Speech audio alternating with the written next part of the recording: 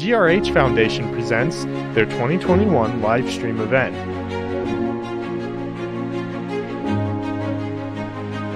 Hosted by Patrick Flynn and Bob Kavanaugh.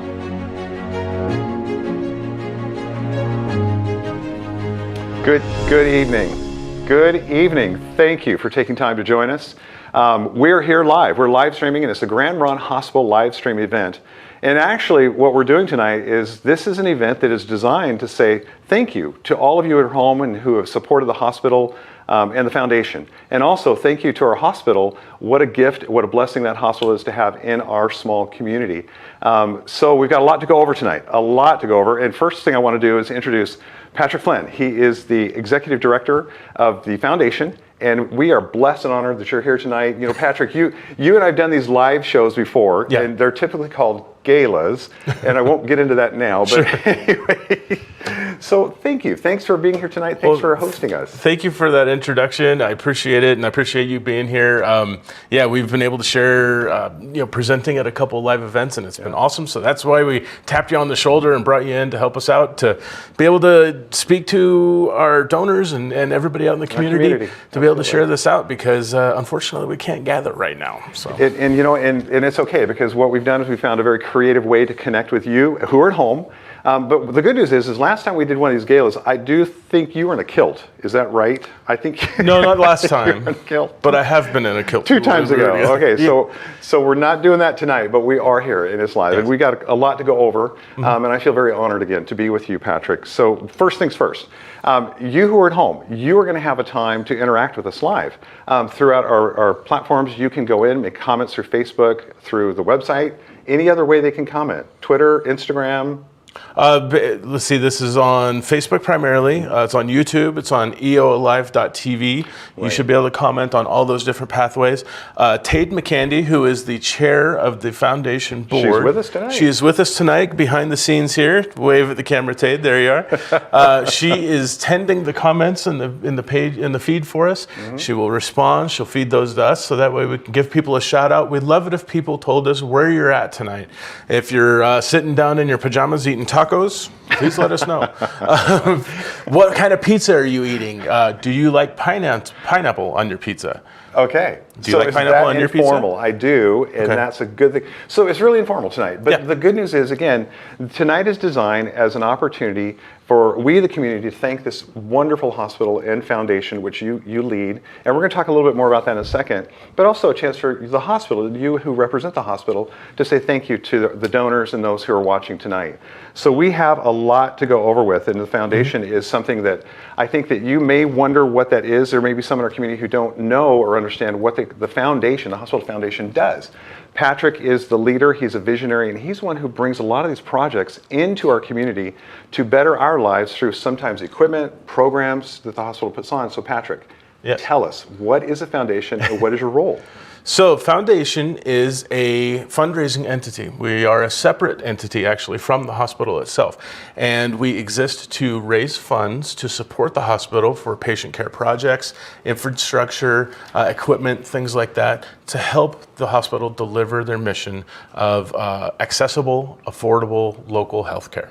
Right, and it's a beautiful thing that you're doing. And we're gonna see tonight just some tangible ways that this beautiful foundation has given so much to the community, and by way of your donations. And again, thank you to you who are watching and who have given so much to this hospital foundation. Now, we do want to mention the way that people can make donations. So if you're watching tonight, maybe you've donated in the past, you already know exactly what goes on with this foundation, you believe in it, you support it, and you want to give. How can someone do that? Talk to us about that. So you'll see there on the bottom of your screen, and also Tade will post it in the comment feed, so you can just click on it. It is grh.org/foundation/donate-now. I know it's a bit of a mouthful and might be hard to type, but luckily Tade will be able to post it on there, and it's posted there on the screen to where you can just type it out in a separate window. We would love to have donations come through tonight. We're almost to the end of our current donation year. Our donation year goes through April. We want to finish out strong. Sure. COVID has been tough. It has. But we've also had some fantastic projects and some fantastic donors who have helped us out along the way. but we would love to be able to close this out strong and bring in some new folks too, because we're doing some really awesome things and we've got some great things on the horizon. And so we'd love to have the involvement of everybody that's out there tonight. And remember, every little bit counts. Right. You know, and even if it's something small that you're comfortable doing now, if many people come in and do that, boom, it's exponential. You know, those lovely, curve charts and all that fun stuff that I don't know how to do. That happens when we have a lot of people get involved. Okay, which you bring up a good point. And as I recall, as Patrick and I have done these galas before, we noticed that a lot of people do give a little bit, but because of those little injections, it helps the whole. And that's how we're going to show you tonight exactly what these donations have brought to our community. Now, you need to talk about this. This foundation is not just thought of last year or 5 years ago. Right. Talk about this, the history of this. So the Grand Ronde Hospital Foundation has been around for 52 years, 52 years strong, as we say. And I had learned this just a few years ago that, not officially, but somebody told me that our foundation is probably the oldest healthcare foundation in the state of Oregon. It's pretty cool. That is so cool. 52 years. And so we had our 50th anniversary a couple years ago, and for one of our in-person events that we have at the time, called our Rooftop Social, where we have our donors come and we announce our new projects and things like that. We wanted to have a bit of a celebration and talk about the story of the foundation, 50-year rich story. And we have a lot of people that are still around that were involved with the foundation from the very beginning. And so they're part of the story we're about to tell with the video that we created for that time. And when you think about that too, that rich 50-year history, there's trust behind that. Yeah. We as a community, I know when my wife and I talk about donations or being involved, we know we can trust this foundation. You look at the hospital leadership in itself, and you're going to see some of the people who are in leadership, Jeremy and Marty, and I'm thinking of a few others, Bob, and some of these, I call them like we're best friends, first name basis. But anyway, that's the beauty of a small town. Hey, Bob. Anyway, but it's a trusted organization, and I think we can all agree on that. And so, do we need to say anything else to introduce the next video? I don't think so, because there's a lot of great information in there, and we see a lot of great faces and community faces that people will probably recognize. So yeah, let's kick it to the video, and we can talk a little bit about it afterwards. All right, so let's go ahead and see this video, their 50-year celebration. At the northwest corner, the official groundbreaking ceremony will take place. They got that all done while they were through with their little service, so I come right in with the backhoe and start digging. The hospital wasn't there, none of it. It's the bare hillside. You have to get on solid foundation. If you get just dirt underneath it, put all this weight on it, and they build a building on top of it, pretty soon it'll start sinking. You have to get on solid foundation. Grand Ronde Hospital came from humble but necessary beginnings in 1907. 4 local doctors who until then had practiced the equivalent of frontier medicine began construction on a new facility. They desired a place where they could practice under more controlled and ideal circumstances. After operating at the same original location for nearly 60 years, the Grand Ronde Hospital's entity was converted to a not-for-profit organization, and fundraising began for a new facility. The current location was dedicated in 1966, financed from public funds. We had a lot of big ranchers that were on the board. They had a lot of money behind that, and that's when it started. I wasn't so much on that end of it, other than give them a bad time, and they'd say, okay, what do you want? Because of this success, and seeing that the community wanted to be involved in giving to the hospital's board of directors created a pathway for the community's philanthropic involvement. The Grand Ronde Hospital Foundation was established in 1969. Since its founding, the foundation has acted as the fundraising organization and has distributed more than $4.5 million toward patient care equipment and projects for Grand Ronde Hospital and clinics. Oh, when we got our first isolate, we had a little baby that was didn't think that it was going to make it. Instead of flying him out and everything, we had just bought the first isolate, which was, $3,000 something. It's the 3D mammography machines. those have provided such important service to mammography patients in terms of reduced callbacks, in terms of being able to catch cancer earlier.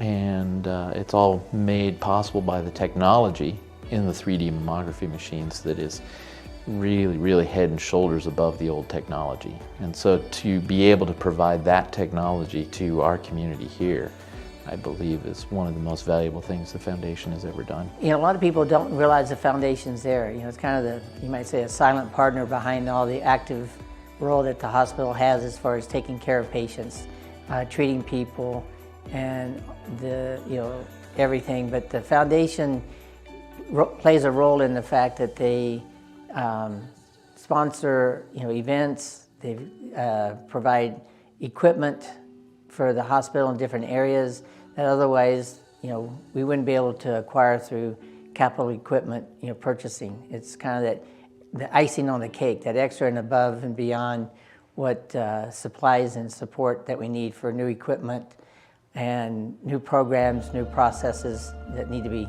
fulfilled and taken care of at the hospital. It's to make it over that line over to the next need to provide equipment, services, upgrading the operating room, upgrading mammogram screenings, fixing or creating a helipad for helicopters to fly off to take the patients out. It's something that is needed to meet the vision, the goals, objectives of the Grand Ronde Hospital Board of Directors and the Foundation Board. I think we're passionate about the hospital and the foundation because we know how important it is for local care, but the foundation is an important part of making things happen. For people who want to get involved and make a difference in the community, donating to the foundation assures that those funds go to the benefit of the whole county. It's a pretty assured way of making sure that your neighbors benefit from your charity and your contributions. It's critically important to have a strong foundation for the Grand Ronde Hospital. It allows people who are not presently patients to go ahead and support a really key component for Union County. And I've been, like I say, at the hospital for 30 years, and I've probably been actively involved with supporting the foundation for over 20 years, my wife and I. It's been great. I think the foundation has supported many projects at the hospital, some at the rehab department level that we've been very appreciative of.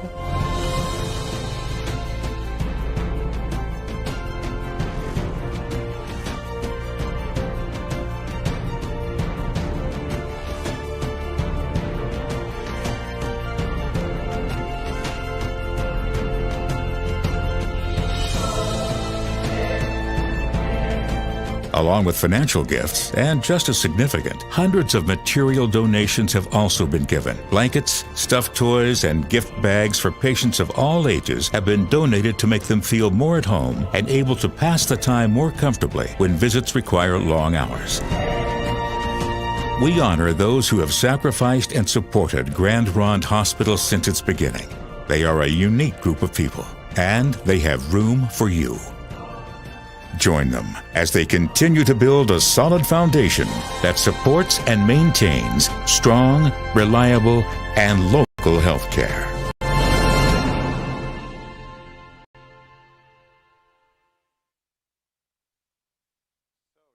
See through this last video how important it is that this foundation is in place. Now, one of the themes tonight too, and you can see the backdrop behind us, is the foundation. And the foundation of our community is that we've got this hospital that is giving us excellent care, here for us when we need it. Now, I have to point something out, and I have some questions for you too, but you look back at 1969 and you see that neonatal care older unit and how people were excited then and saving lives back then and through the progression. Simple things like the gift baskets, time served, and it goes on and on and on. But there was a big thing you guys put together, and it has with that helipad. Yeah. We all see the helicopter flying over, and I don't know if you have, folks at home, if you've seen the helicopter land on it, it's very impressive. Patrick, talk about that. That was a massive project. It was a huge project. One of the larger singular projects that the hospital has done since the building up here was established in '69 or in the mid '60s. As of right now, they fly in and out about 400 patients a year. So it is 400? Yeah. Oh my gosh, okay. In and out, so we might be taking them to someplace else, taking care for them better, or they might be flying in because there, was an accident nearby, or, AirLife picked them up someplace close by. And we have a great partnership with our air taxi, medical transport folks, and we love having them, and it's a fantastic thing to be able to put them so close to where they need to be. For those who've lived here a long time, we used to fly in. I would say talk about how, because in the past, whether you know this or not, when the helicopter would come in, where it would land and what they would have to do to get folks up to the hospital. Talk about that. So before the helipad, we would get the alert ahead of time that a helicopter was coming in. The teachers would go out on Central School and blow the whistle and kids come on in, land on the field up there. We would have to drive an ambulance down onto Sunset, around through the fence, out onto the field, unload the patient from the helicopter into the ambulance, back off the field, up onto Sunset, and then back up. Unbelievable. And we've all heard stories of people that got stuck in the field when it was very, very wet sometimes, or in the snow. We've heard all the stories. And so, again, look at the foundation and what it is doing for our community in enhancing and bettering our lives with something as simple as a helipad. It's a very, very good thing, and it's a pretty powerful thing to see in action. The other thing we need to talk about too, and you saw a glimpse of this on the video, is a mammography machine. Yeah. And so that has been absolutely wonderful for our community. Talk about why that's such a big thing. So a few years ago, I was approached by the radiology manager, Troy, and he said, "Hey, we're wanting to upgrade our mammogram machines, and we want to upgrade to the 3D technology." And he explained to me what that looked like and the differences between traditional mammography versus 3D mammography. And it's like VHS versus 4K UHD DVDs. I mean, the contrast and difference is amazing. And if you ever get a chance, Google it, look it up. I mean, it's a huge difference. And what that leads to is better detail in the imaging. And also, it helps folks who might have what they call dense tissue, meaning that traditional mammography has a hard time looking all the way through the tissue to where they could see if there's any problems. They catch problems earlier. They have a better way to locate where that's at because they can use it from a XY axis and be able to find out wherever something is. And so when it comes to like biopsies and things like that, it's a lot easier. So game-changing technology, early detection is key. That enables that and helps people out. And your point is, what you said is true. Again, that early detection, a vital piece of equipment in our community that has literally saved people's lives. Yeah. And we have someone we want to talk about. Now, she may not have been the first person to use it, but one of the first people who benefited. And talk about Kim. So talk about her story. So Kim has been in our community for a long time, city employee, and a lot of people know who she is. So when I talk about her, people are like, "Oh yeah, I know who Kim is," or they see her picture. Like Bob said, she was one of the first patients to be able to use our 3D mammography machine, and it caught a cancer early, and she was able to get that treated. And we have some updates to share on her, but I think seeing her story, she tells it much better than I do. And you'll be able to see the journey that she went through. And it's beautiful. So why don't we go and take a look at that? Yeah. So let's go ahead and roll that story and see Kim's story.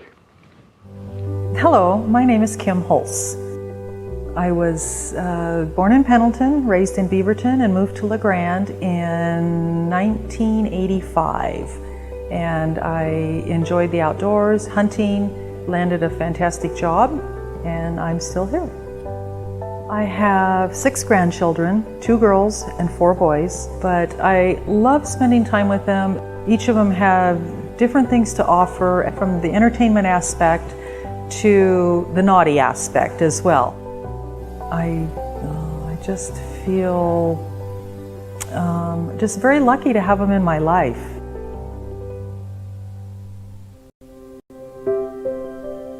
My cancer was diagnosed in June of 2017. I had gone in for my annual mammogram in April of 2017 and was told that they were going to be using the new 3D mammography machine, which they had just acquired from the hospital foundation. So I was pretty excited. They explained that the difference in that versus a regular mammogram. So the 3D mammography machine is very similar to a traditional mammography machine. The great thing about it is it has a lot more technology packed in, and it allows for different pictures to be taken, so higher resolution, but then also the 3D aspect of it comes in, because then when you're looking at the tissue that's being taken a picture of, you get a front, back, and top to bottom view. So that way, if they find something in there that they need to look at more, they can get a better idea for the location of it. And sure enough, the machine had detected a small area of cancer. I believe that the 3D mammography machine helped because of the early detection. I am so happy. I was thrown a very bad situation, and I feel that I was just incredibly lucky and fortunate to have this equipment and have it detected so early and afford me the most opportunities for the best treatment and care as a result of that. As the foundation manager, it feels great to be able to see that something we have done has helped her. I just love seeing when people can, yeah, there's a hurdle here, but hey, guess what? It's a low one. We can get over this one. We can handle this one. If there are things that I can help with from a personal perspective or from a professional perspective, I love being able to do that, because then hopefully that makes that challenge less difficult for them, and they can overcome it and grow as people and then be able to live a great life beyond that.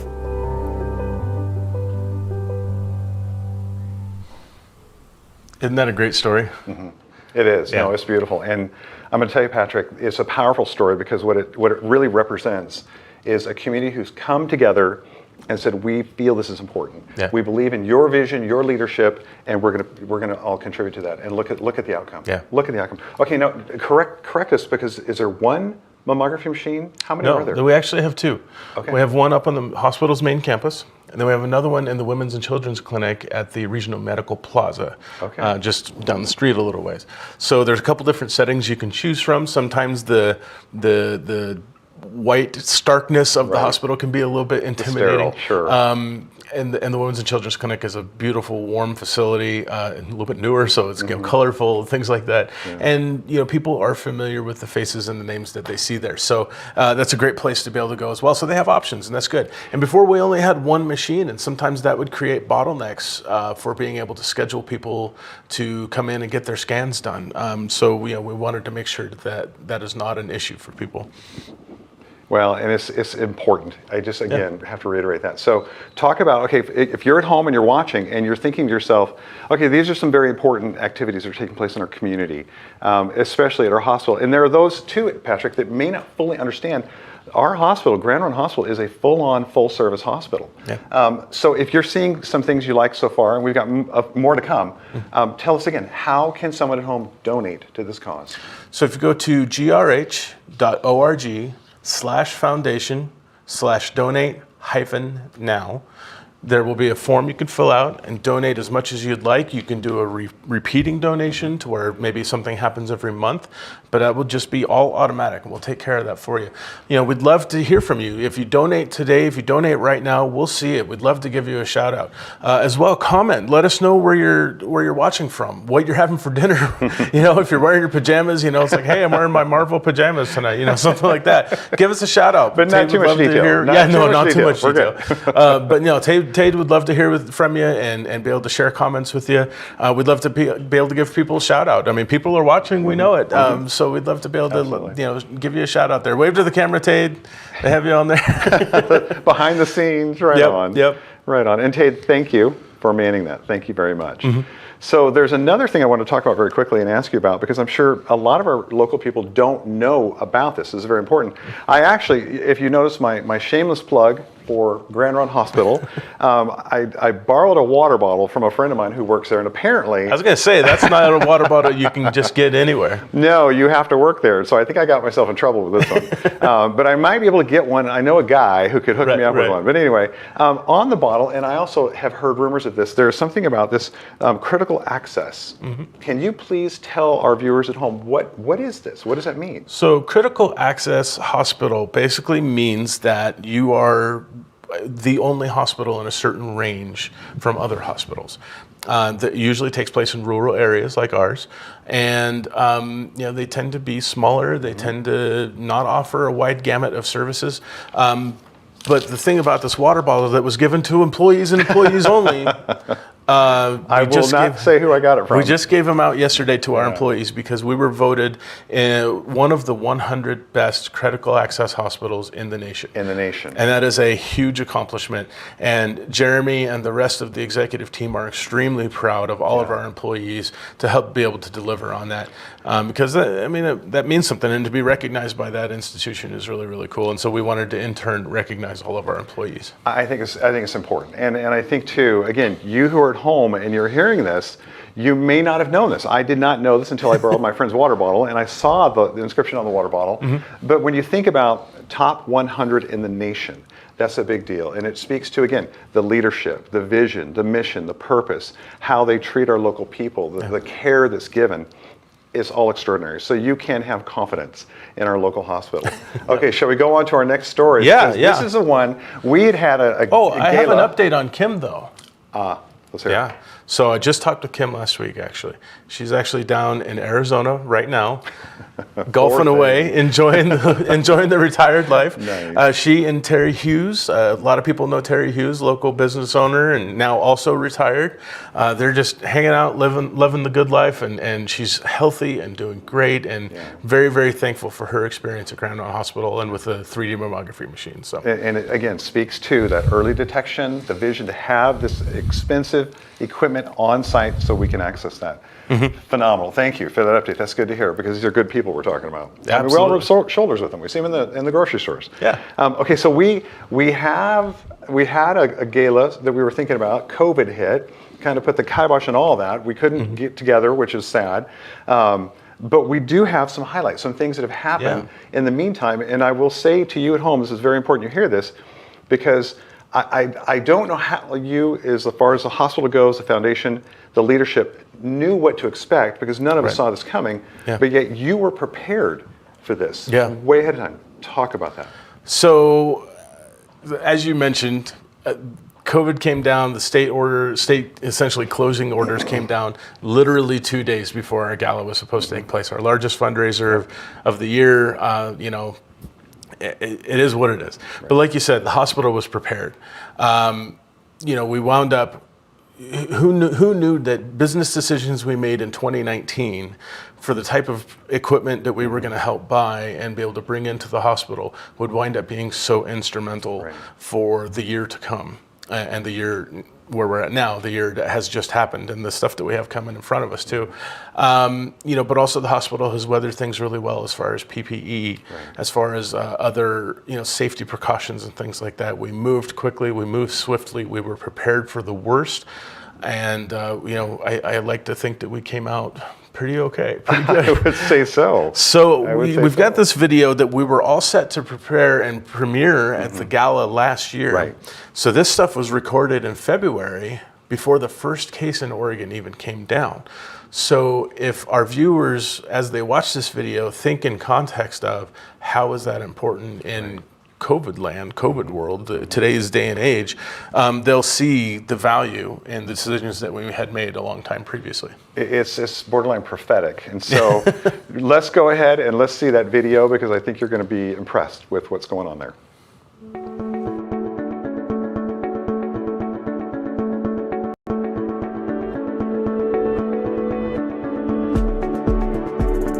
At Grand Ronde Hospital, we really look to providing the best outcome to our community, and with time-sensitive or critical type conditions and presentations, time is of essence. In heart attack, time is muscle.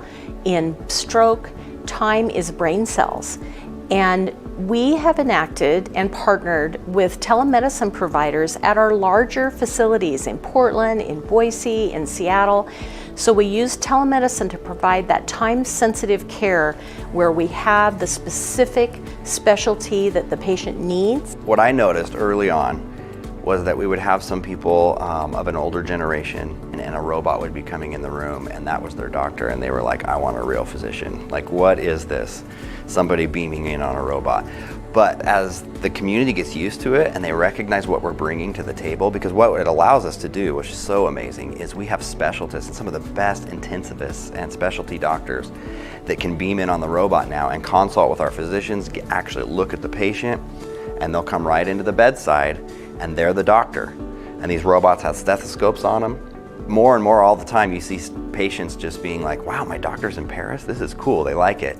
And they like the fact that they can be local here at Grand Ronde Hospital, not have to fly to Boise, not have to fly to Portland, and get the same kind of care that they would get in any big city because we have world-renowned intensivists who are beaming in and taking care of them at night and working with our hospitalists. So it's expanded our ability to care for patients at a high level. So a lot of critical access hospitals, they won't keep like patients on a ventilator, for instance. They'll ship them to a bigger facility. But our hospitalists can immediately, in the ER, they're intubating somebody, putting them on a ventilator, they're in respiratory failure. We're gonna keep them here, so they'll beam in, they'll write orders, and sometimes they'll even really take over care and just have our doctors be the boots on the ground and collaborate with them throughout the stay. So there's a perfect example of somebody who in a normal critical access hospital in a town the size of La Grande would probably be in Boise.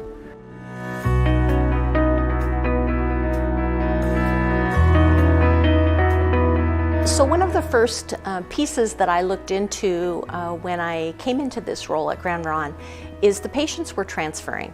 The helistop is right outside my office, so I hear that helicopter come in, and each time it comes in, I find out why that patient is being transferred. Is that someone that we could have cared for locally? In addition to the cardiology transfers, our second highest level of patient transfers out were patients that needed dialysis. So our ICU manager took a look at that data and thought maybe we could provide dialysis services here at Grand Ronde. It's like, how hard is inpatient dialysis gonna be? Let's get the ball rolling.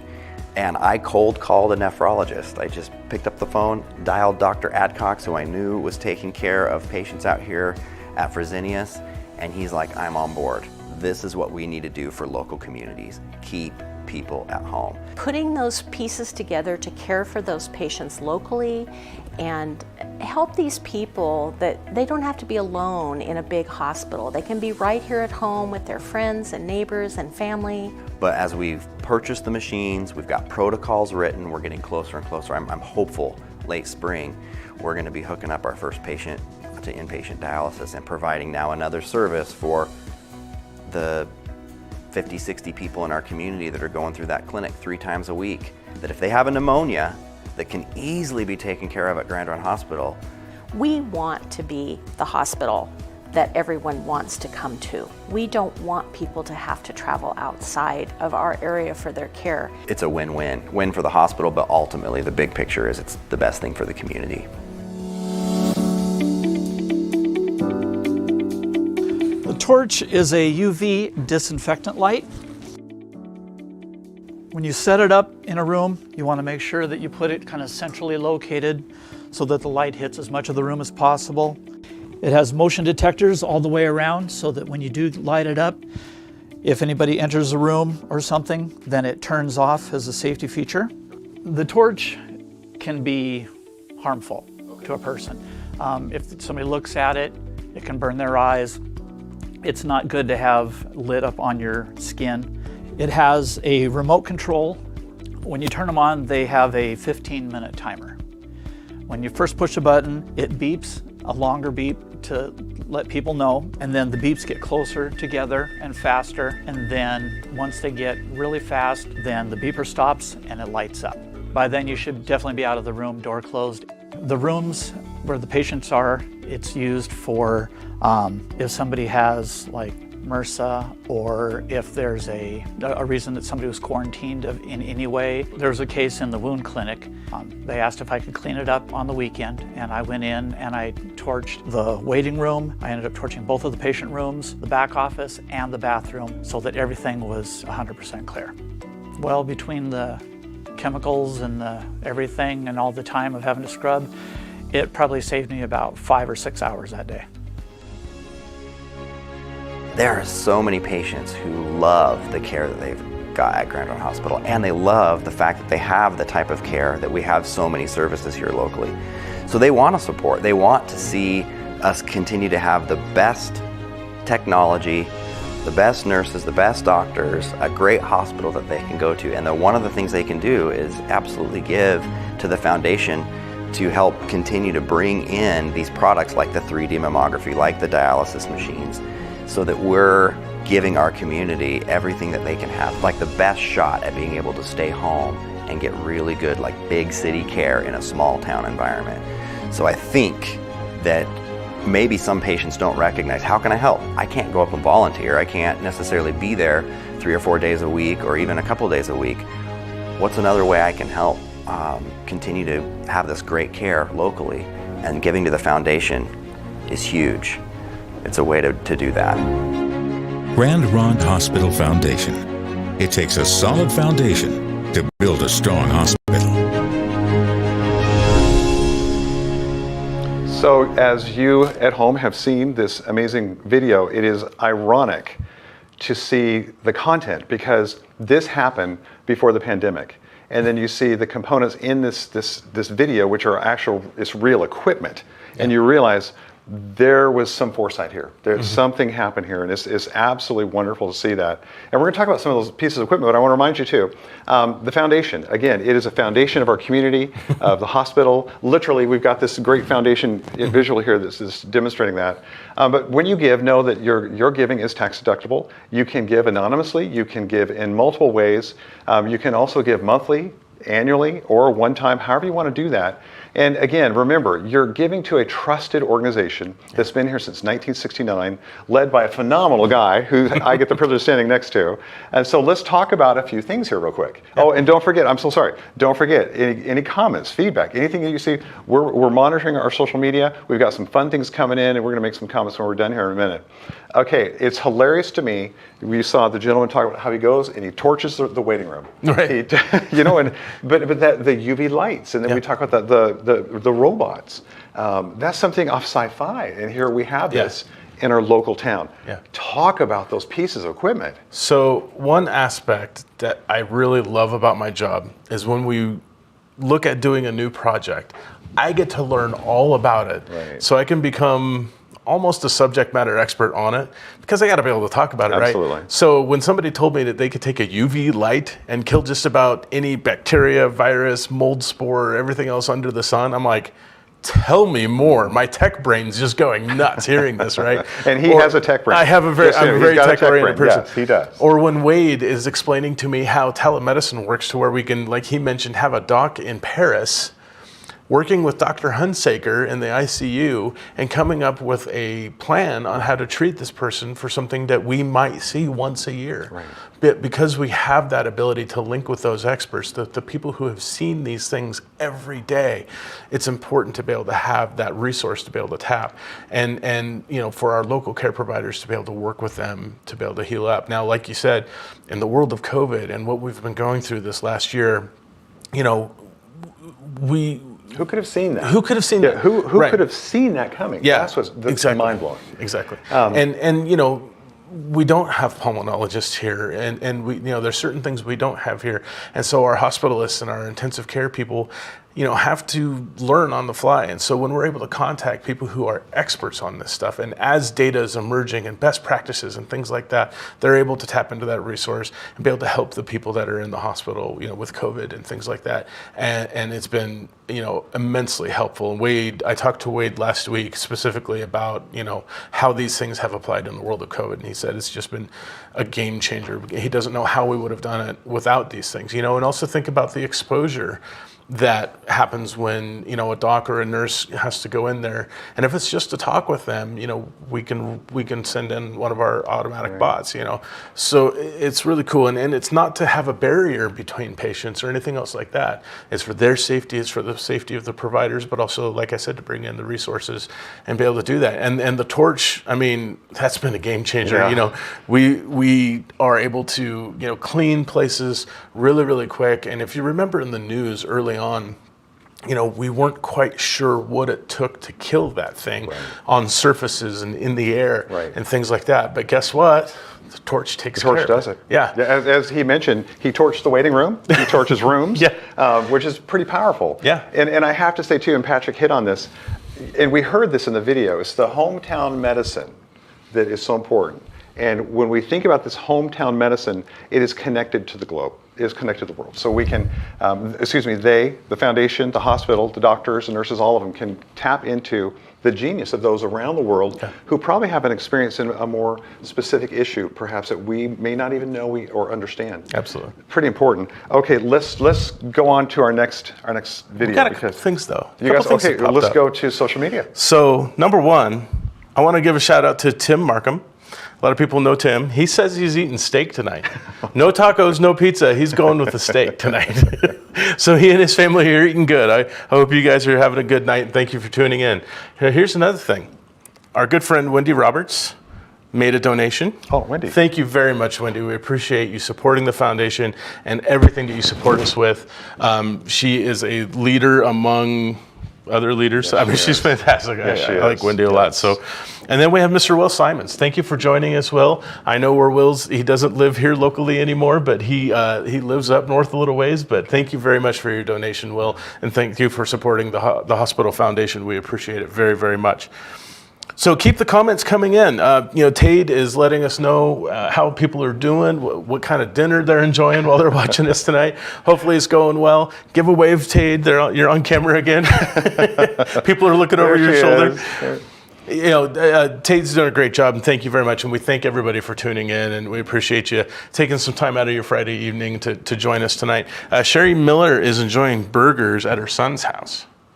We didn't get invited. That sounds good. I No. remember getting invited to that. Sherry, really? Yeah. What's up? What? I hope you deliver. Well, no, wait, or the steak. I am hungry. Oh, here we go. So yeah, I mean, additional torches, we expanded our robots. You know, another thing that I think is very important is Grand Ronde Hospital is actually a trailblazer when it comes to the telemedicine usage. Critical access hospitals at first did not really embrace these things real quickly, but our leadership team at the time, this is quite a while ago, you know, 10 plus years ago, they, you know, were very visionary in being able to envision, you know, having these robots in place to be able to beam in specialist providers, be able to help out the staff that we have there, so that way we can expand our services and really deliver top-notch care. Okay, and which brings me to a question. I think we saw this on the video too. Someone on the video made a comment about we weren't sure how the community was going to respond to being diagnosed by a monitor, in essence, someone who's millions of miles away on the planet, whatever. So in your experience, now COVID has changed that, but how are people receiving that? There's a learning curve. I mean, like Wade said, sometimes at first people are kind of like, I'm not sure about this. You know, why is this person talking to me through this monitor thing? But I think after a little while, they get used to it. They figure it out that separation disappears. Sometimes it's also nice to know that, like in the case of Dr. Hunsaker, he's actually just down the hall. But, you know, to limit exposure and things like that, you know, they're utilizing the technology that we have in place. So, you know, I think people get used to it after a while. The other nice thing is, if they really don't like it, if it's really not working for them, they can say, hey, nurse, this isn't working for me. Right. You know, something like that. Yep. So. Too Trekkie. Okay. Yeah. Good stuff. Thank you, Patrick. Yeah. So we're going to go now to our next video. And I have another shout out to make that just came through. It depends on what they're having for dinner. So do we know? We got to know. So, okay, we'll shout out their name, but you got to tell us what you're having for dinner. Paul and Kayla Andrus just made a fantastic donation. Thank you very much. We appreciate that. We appreciate County Commissioner Paul. Fantastic couple. We love these folks. Yes. Thank you very much. Paul, you need to tell us what you guys are having for dinner. I know they're having something good. He's a great neighbor, Paul. One of my favorite neighbors, by the way. And his wife can cook and they brought some wonderful food here a couple years ago. So, yeah, Paul, thank you. Good man. Great. Couple more shout outs. They're rolling in, Bob. Let's go. Lacey Hedges just donated. Thank you very much, Lacey. Jared Rogers just jumped in. Jared, you're awesome. Russ and Mary West, look at that. Thank you very much, everybody. We really appreciate all the support. Absolutely. I mean, it's a community thing. Right. And you know, one thing that a former board member said a couple years back is that, you know, and I think he said something to it in the 50th anniversary video, you may not be a patient now, right, but someday you probably will be. Friends, family, neighbors, somebody's going to need the services of the hospital at some point. So why not help out a little bit now, so that way you can know you're going to get the best care possible when you do come in our doors. Absolutely, absolutely. Good comments. Keep those comments going. Absolutely. And it's fun. It is kind of fun to hear what you're having for dinner. It's making us hungry. So, okay, so let's talk about this X-ray machine, the video. So there was a need that came up in our community, and the foundation identified the need, and it was very serious, actually. Yeah. And then something miraculous happened. Talk about that. Yeah. So we have a video about this story, and I'll try not to overlap too much. But a few years ago, our leadership envisioned having a new urgent care clinic. And we currently had, at the time, the walk-in clinic up on 4th Street through the regional medical clinic. But the painting was on the writing was on the wall. We needed something bigger, different, so that way we could handle more people, you know, because also our primary care was expanding at the time too. And very early on, and I applaud our leadership for thinking of the foundation, is how can the foundation be involved in this, and what kind of things can we do? So let's kick it to the story, and I think our CEO, Jeremy Roberts, does a fantastic job of really kind of setting everything up from there. So let's go ahead and roll to that story. Let's go and see this and enjoy the story.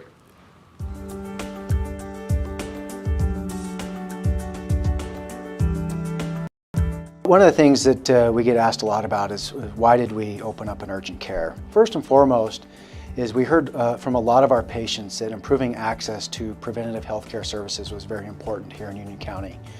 And as an industry and as a country, we're trying to grapple with this concept of healthcare costs.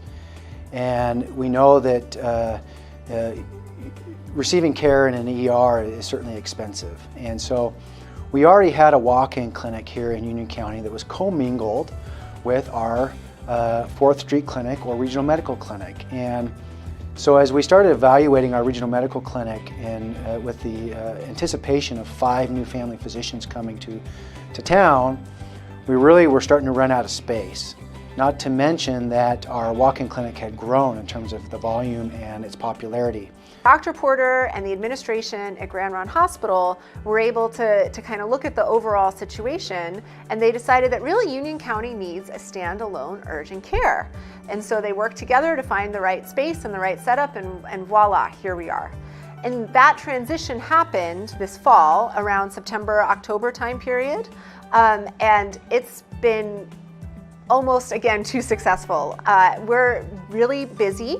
And we're really able to serve a lot of people. And I can tell you that every single day that I've worked here, someone has thanked me just for being here. People are very grateful. I think this was a service line that the area really needed. Our ER is busy. We're a busy, thriving, emergency department. And, we really find across all geographic areas that communities that reach a certain size, if they don't have a good urgent care infrastructure, what we see is those really primary care walk-in patients who should have been seen or could have been seen in a clinic setting, they end up in an ER setting. Our ER providers need to be ready to treat those heart attacks and those strokes and those car accidents and those really big events in people's lives where you need a big team of people to spring into action and jump all over the situation. That's what they need to be ready for. And it's not really in the best interest of the patient either to have to go to the ER and wait. And to be frank, from the patient perspective, pay that bigger ER bill for something that would have been very appropriately treated in an urgent care setting.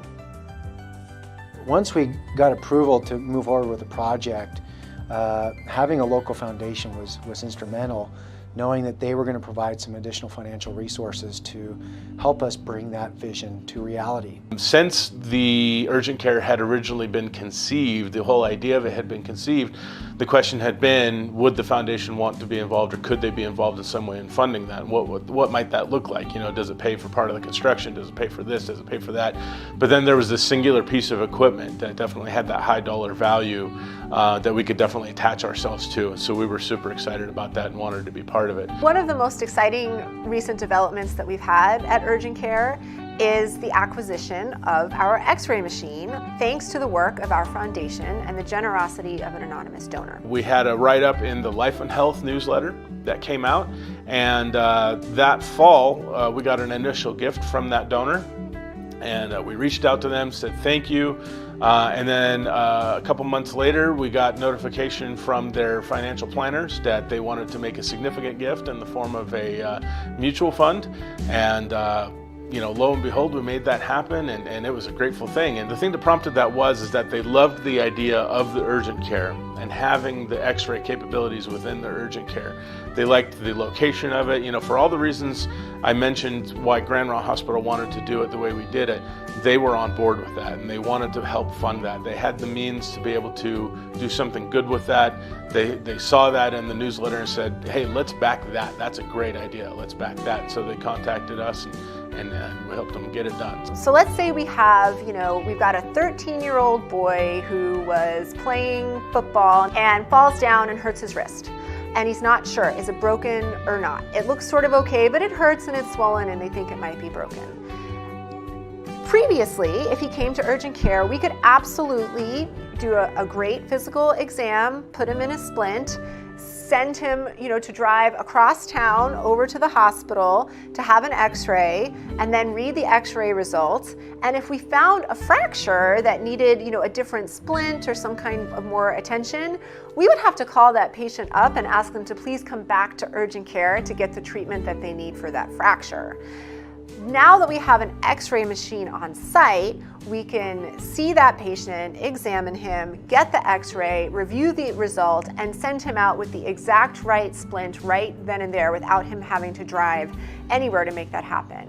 And in addition to that, because we are an urgent care center that exists in a bigger hospital system with access to specialty care, if that kid is going to need a cast or surgical follow-up with an orthopedist, we can also usually send them out with that follow-up coordinated right then and there. So it really becomes more of a one-stop shopping experience, if you will, that provides a lot more convenience, a lot faster care, and a lot more complete care than we were able to provide before. You know, having a strong foundation, I think, often gets forgotten in the overall scheme of a local hospital. You know, being an independent hospital is tough. The foundation and the support that we have received from them, as well as the support that the foundation has received from the community, has been instrumental in us being able to fund additional projects that, again, improve access to care, improve quality of care, improve our infection control processes. Without a strong hospital foundation, we sometimes struggle to get the things that we need to take care of our patients. You know, if you look at our x-ray machine, in a community, in our urgent care, in a community of our size, seeing our patient volumes, we're not generating the big bucks, to put it bluntly. Like, we don't always see the volume where if we were, you know, owned by a hedge fund in California, you know, does this x-ray make sense financially? Bottom line, you know, are we gonna make money by bringing this x-ray in? Probably not, right? And so without a foundation, how do we get big capital items that may or may not pay for themselves? Is it the right thing to do for our patients to have this x-ray machine? Absolutely, right? But if it's just dollars and cents, is it going to pay for itself? Maybe not. And so that's where a foundation comes in to help us get tools like x-ray machines, or sometimes we end up getting things like new OB Dopplers or different equipment that we need to take the right care of our patients because it's the right thing to do. And that's one thing I love to be able to do, is be able to connect people who have the means to help with the passions that they want to help with, whether that be buying an x-ray machine for an urgent care clinic, providing care for kids or cancer patients or whatever the case may be. We love to help make those connections and make those things happen.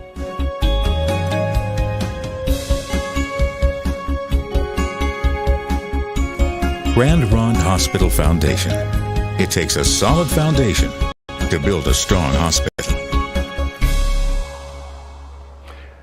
Okay, phenomenal video, which really shows the heart behind this foundation. Again, the solid foundation behind it. Now, I have to point something out too. You saw the doctor talking about if this hospital is run, or the foundation is run by a corporate entity, there may be questions around, is it worth it to do this? When will it pay for itself? How do we structure the financials around that? And what happened with this, again, because of you who are at home, and Patrick and I are looking at these donations coming in, and also what you're having for dinner, and Terry, we're coming over for butter chicken, I think. I don't even know what it is, but I'm there for it. But again, we go back to what you saw in the video. This is this type of a hospital that truly cares about the local community, really anyone who comes to their doors and needs help, and it's a powerful thing. Yeah. And so let's take a split second, because the new facility over in Island City is a pretty visionary, gutsy move. And seeing Jeremy there, clearly his leadership style, your CEO's leadership style, is one of inclusiveness. He brings people in, shares a vision, shares idea. I don't think anyone, and maybe I'm speaking for myself on this, but I don't think anyone really saw that clinic coming into reality so quickly. Well, here's the thing. So talk about this. This is a big deal. And I know Jeremy would be the first to say that not only is he inclusive, but also our board of trustees is very inclusive and very visionary as well. And like I said, we knew a while ago that the 4th Street walk-in clinic had gotten a bit too big for its britches. We needed more space. We needed to do something different. And they had actually been working for a couple years to figure out what's the right solution. Because we could do something right now, but is that going to be right 5 years down the road? Sure. And I think, when Jeremy took over as CEO, our past CEO retired. Thank you, Jim, for being here for 35 years, I think it was. Yeah. Fantastic leadership and great planning for the hospital.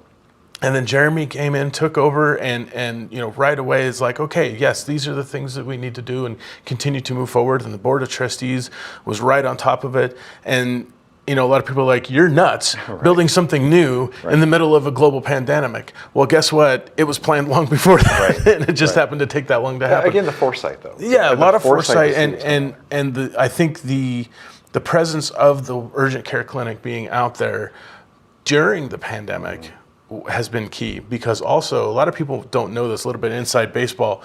Before the x-ray was purchased, we used that room as an isolation room.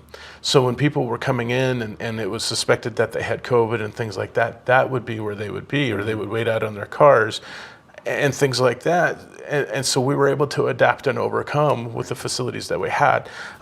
So that again just shows our preparedness for what we've had going on this last year. And now that we've got that x-ray machine in there, it's a game changer. Like Dr. Betza was saying, previously you'd have to drive to a different location to get your x-ray done. That delayed knowing exactly what was going on, and then sometimes that might change the course of what the treatment was.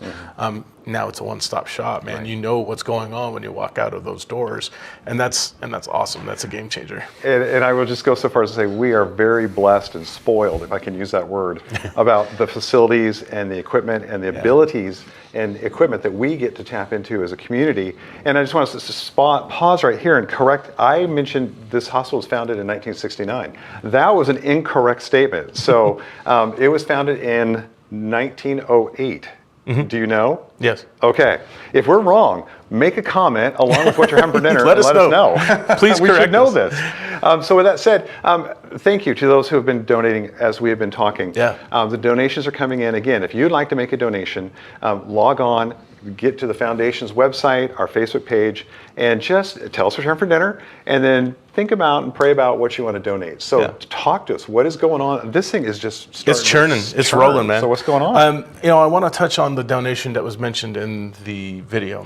Forgive me, that's right. The anonymous. You're jumping ahead, Bob. I am. I apologize. Man. Take that off Stick the to notes. the script. I'm going to have to ask you to stick to the script. It's not why we're paying you. No. We had a fantastic donation because of a couple that had a particular vision. They saw what we were funding that this year, what's going on right now, and they loved the idea of having that urgent care located where it's at because they live in an outlying town within our county. And when I talked to them, one of their passions was being able to have the accessibility of the outer towns in the county, rather than having to come all the way up to the hill, even just for our walk-in clinic at the time. Now it's a little bit closer to them. And the accessibility is there. And one thing Jeremy also points out is that it's location close to the freeway too. Very early on, we were having people coming off the freeway because they saw the billboards and things like that, used Google. And they needed help or something. And they needed help. They weren't feeling great. They were sick, whatever the case may be. They have a very accessible clinic right there, and it just, turn off. It's right there by Walmart. They can get groceries if they want to at the same time. So again, I think part of that vision that you were talking about of having the location there rather than, close by downtown or something like that, having it out there and then having that imaging on site has been really great. So in the vein of that same donation, and once again, if they're watching tonight, thank you very, very much for that donation. It was a visionary thing on their part, and things aligned really, really well, and I appreciate that. More donations that have been coming in tonight. I want to give a shout out to Bob Coulter for his donation. Fantastic, leader of the community, local business owner. Thank you, Bobby. Bob is an awesome, awesome guy, and we love his family. And thank you very much for all the support you guys provide. Now, I want to shout out Dr. Mike Hetrick, who's retiring soon. Oh. Yeah.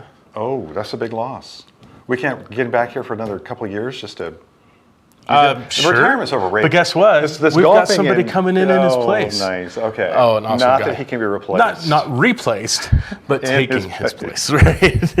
So we're excited about that. And that's another cool thing that we have going on. We have new faces and new names, not because we lose people, but because people retire and things like that. Things happen, but we get great faces and great, talent and capabilities coming in. And Jeremy does a fantastic job about recruiting these folks, and then, helps on other team members to help court these folks to come be part of our community.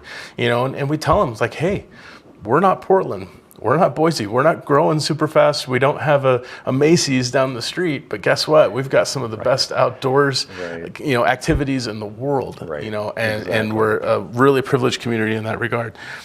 Nick Halter, thank you very much for your donation. Absolutely. Marty Ford. Marty. Thank you, Marty. Marty. She told me you have to know Marty. Everyone loves Marty. She's like a local celebrity. She is, and she hates I know. It too. Yeah, that's funny. We're going to pay for that. So Marty Ford, thank you very much, and Terry Champlin. Terry, butter chicken. I got you. Butter chicken. I don't know. Again, I don't know what it is, but thank you. Let's see. I think we said Paul Andrus and his wife are enjoying homegrown burgers. Cherry Champlin with her butter chicken. Heather Knoll and Glenn Knoll are enjoying grilled portobello mushrooms with mozzarella and spinach. Glenn, you didn't invite us. It's killing me. I expect the delivery in the next 10 minutes, sir.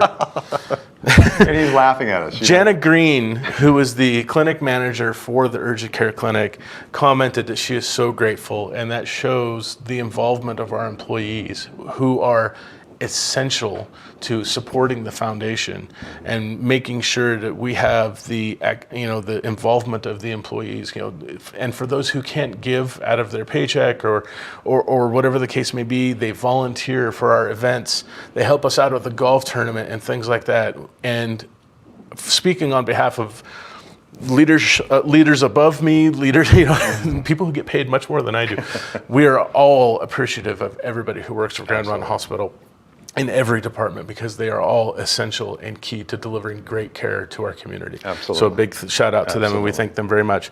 So again, if you'd like to get a shout out, you want us to mention your name, or if you don't, let us know. But we'd love to have your donation. We'd love to have your involvement. You see the kind of projects that we love to be a part of to help our community because we're passionate about our community. You know, we have a board of community leaders who want to see great healthcare and great healthcare accessibility for our community. And like I mentioned, people traveling through. You know, we have one of our biggest things around here is tourism, and we want to have great healthcare available to those folks as well. Mary West says her husband Russ is under Eagle Cap at Mirror Lake having freeze-dried spaghetti, but she's having a glass of wine. Good for Mary. Good for Mary. That is quintessential Mary. That's awesome. So yes, please go to grh.org/foundation/donate-now. You can donate today in any amount. You can also set up a recurring donation, a monthly donation. If you'd like to give in some other way, like you heard in the video just a minute ago, those folks gave via a mutual fund. Right. A lot of people may not realize that investments can be given. The cool thing about that is you get a fantastic tax benefit from that. We're actually on the horizon or on the sunset of tax season right now. Might be something to think about. Absolutely. Talk to your financial advisor. You know, see if that's a good option for you. Absolutely. So anyways, moving on. Our final story of the night. Okay, so let's talk about that. This is one that we want to reserve to the last, Yes. to the very last. This one also speaks to the foundation and the hospital's ability to listen to our local community, the folks who live in our area, if you will. And it's a gripping story, and it's one that hit very close to home to many of us. The folks who are affected are actually friends of mine and yours, and we know them very well. And so it had to do with the loss of a child. And I don't want to, like you said earlier, I don't want to say too much more. I think the presentation will speak for itself. And so let's go ahead and roll that video so that you can see how this beautiful foundation and hospital listens to the local community.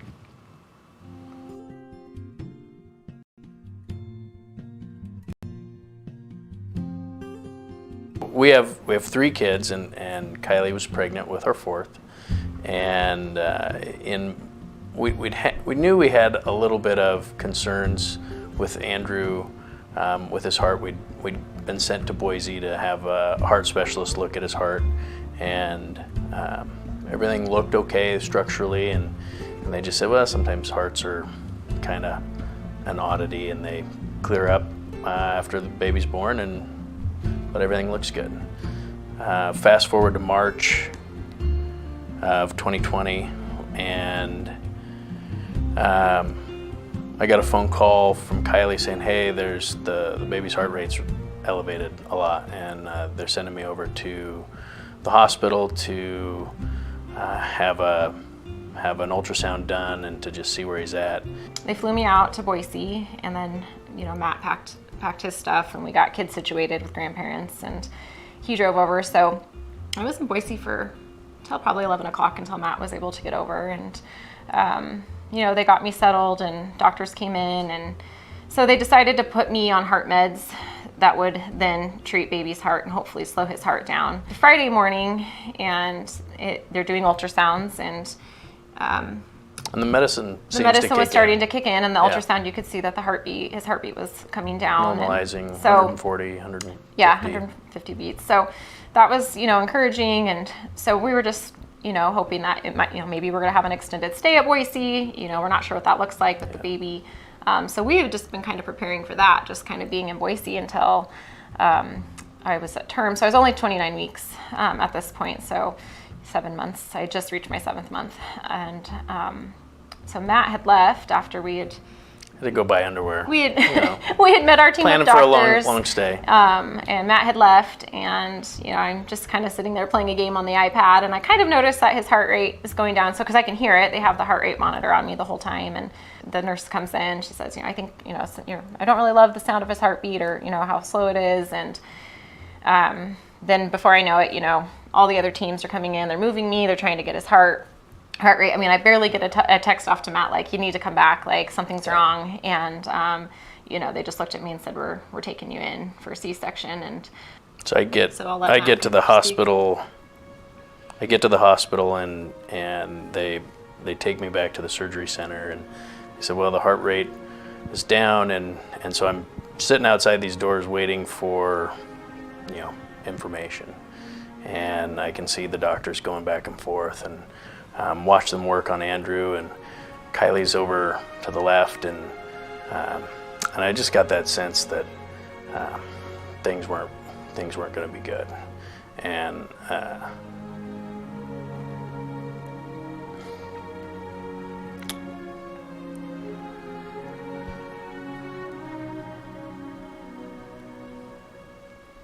I just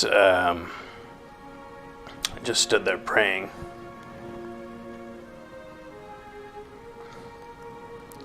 Pleading with God to do a miracle. And the doctor comes out, and he says, we've been, at this point, it'd been about 10 or 15 minutes, and he said, we've been trying to get his heartbeat back, but he doesn't have a heartbeat, and he didn't have one when he came out. What do you want us to do? And I asked him to continue, and the whole time they were just nonstop trying to get his heart running. Even when he was talking to me, there was a team there. And then at some point, I just had to say, okay, it's not going to start back up. And they let me in and just held him, and I just held him and Kylie, and while their team wrapped up, dreading how I'm gonna have to tell her when she wakes up that we'd lost him.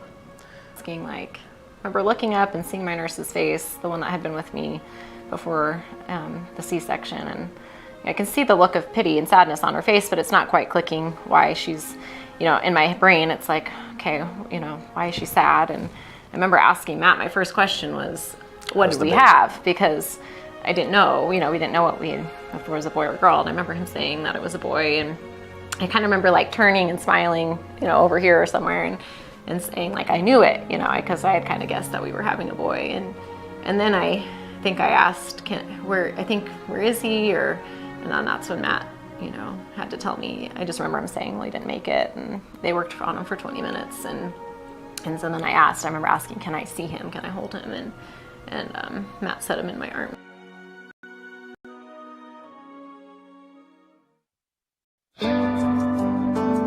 A family really only gets 4 hours with their baby. If they choose to not, keep them in their room, they only get 4 hours to say goodbye. And so, it's just, things move fast, and 4 hours goes really quickly. And at some point, they kind of asked, because everybody's different, and they said, well, do you want to keep Andrew with you, or do you want us, we can, and they're trying to be as delicate, right, as they can be, or do you want us to take him away, and what do you want? And they said, if you want him to stay, that's fine. We have this cuddle cot that we'll bring in, and he can stay with you, and he can stay overnight, and so we both thought that would be good. Mm-hmm. And again, we don't know anything, right? We don't know that's normal or not normal, or how common that is. But it was really good. It was really nice to just be able to hold him and study his features and, redeem time. Yeah, redeem time that's already been stolen from us. And now having that, I can't imagine only having the 4 hours. Yeah. It just breaks my heart for families that, didn't have that opportunity to say yes or no to something like that. And, I've since met a lot of other moms who have experienced stillbirth, and, a lot of them that I know, actually all of them that I know, have not been able to have a cuddle cot. And after coming home, we talked about what, we didn't know if LeGrand had one or didn't, Mm-hmm. and we know that most people end up getting flown out because just because it's good practice. But then the more we heard stories, the more we knew that there were quite a few people who had infant loss and stillbirth here in our community. That kind of led us down to going, okay, well, let's see what we can do to help bring some awareness, but also get this cuddle cot here so that those people can have that time and redeem, again, time when time's been stolen. So I wanted to give community members and friends and families opportunities to be able to donate towards that and bless other families, other families that have suffered a stillbirth and haven't been able to use a cuddle cot, but it feels like you're doing something tangible. And so we opened that up we just raised money on a GoFundMe, and I think we met our goal within just a few days, and we've actually exceeded our amount. The community has been so generous and gracious, and our friends and family, was overwhelming. And very humbling, and we feel very honored that we were able to go and do that for families. So, and really the hospital was great. We went up and sat down with them to just kind of explain what we wanted to do and see how we could partner, and we didn't know what we were doing or asking. We just called the foundation. Yeah, my sister used to work up there at the hospital, so she was like, this is who you would call. And so we just kind of started the ball rolling with Patrick, and then we met with Jenny Gonzalez and back in December and kind of just shared our story with her, and she showed us some things that our hospital already does for families. And of course they're wanting any wisdom from a family that's experienced it firsthand, on our end, like what can we do to help these families even more than what we are. And so that's been really neat to develop those relationships with the foundation and the OB floor. And when we went up to present the check for that the day before his birthday, will be a memorial fund under Andrew's name at the foundation. And people can still donate, people are to that fund. And then we're just going to use the extra money in there after the cuddle cot was purchased to provide photography for families. And everybody's different. There may be people who this doesn't work for, and that's okay. But at least they have an option for those who may want to, instead of being forced down a path that where they have no options. But we just hope that we can help somebody else and help lessen that grief load and have an impact, and hope that our Andrew's passing can be used in a way to help lessen somebody else's grief. And to continue his legacy. His life was really short, but it's really impacted us, and so it's just a nice way to honor him and honor other babies who.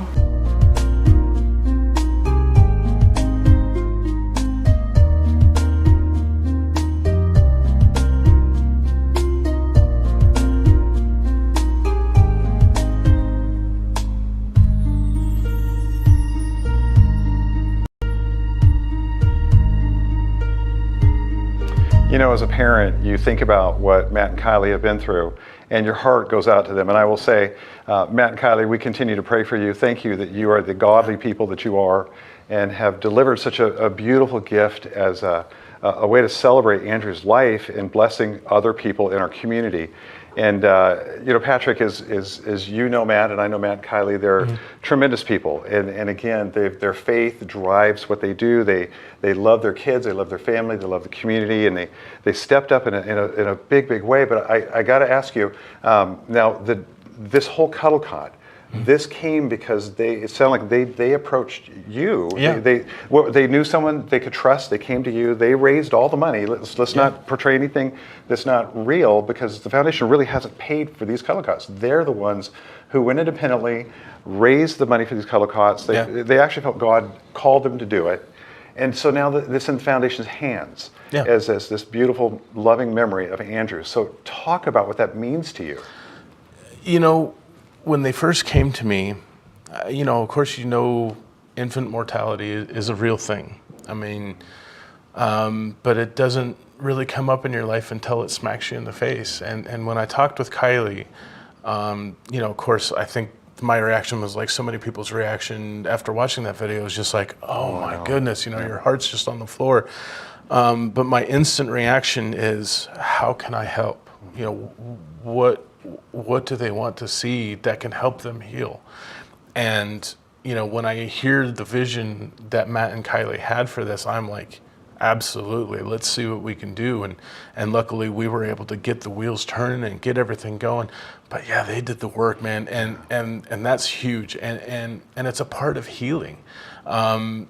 You know, and I think situations like this go unspoken a lot. And some, you know, everybody grieves differently. You'll grieve differently the way Matt hit on that. He talked about that. Yeah, you know, and even amongst, you know, the leaders of the foundation, when I talk to them about this, you know, they're just like, you know, I couldn't imagine, you know, taking such a terrible situation, but then flipping the script and wanting to do something good and to help others who go through that same situation.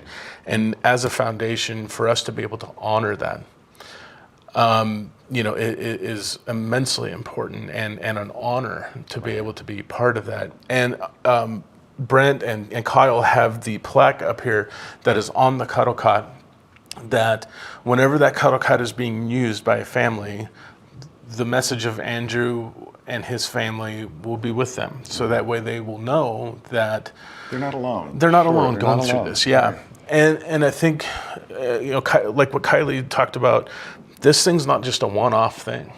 They were able to raise enough money, and our commitment as a foundation is to keep this thing going. Are there two cuddle cots? Well, no, there's just one cuddle cot. Thank goodness our numbers of infant mortality are so low. Luckily, we won't need more than one. I don't think. You know, but if that comes up down the road, we're on it.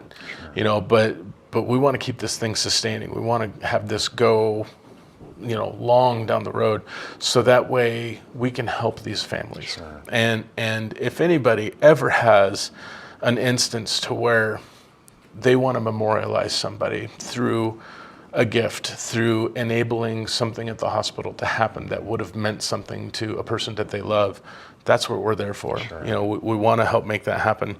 In addition, if somebody wants to recognize a job well done by a doctor, a nurse, any staff member, we're also there for that. Because for somebody to be able to express not only grief, but gratitude, sure, is immensely important. And we'd like to be part of that process because, you know, then that next time we see them, you know, they've helped the hospital and helping the community through that, and they're part of the family now. Absolutely. And we have to remember too, and you who are at home, you would also recognize this as well. Anytime there is a medical problem, issue, a death in the family, a loss of this beautiful little baby, there's a lot that hurt and heartache and processing that goes on there. And you know, Matt and Kylie, again, bless you. Thank you for your heart. Thank you for your love for your family, yes, your community. Absolutely. And I am taken with their trust to mention you personally, Patrick, that they could they could see you, come to you, know that they would get help.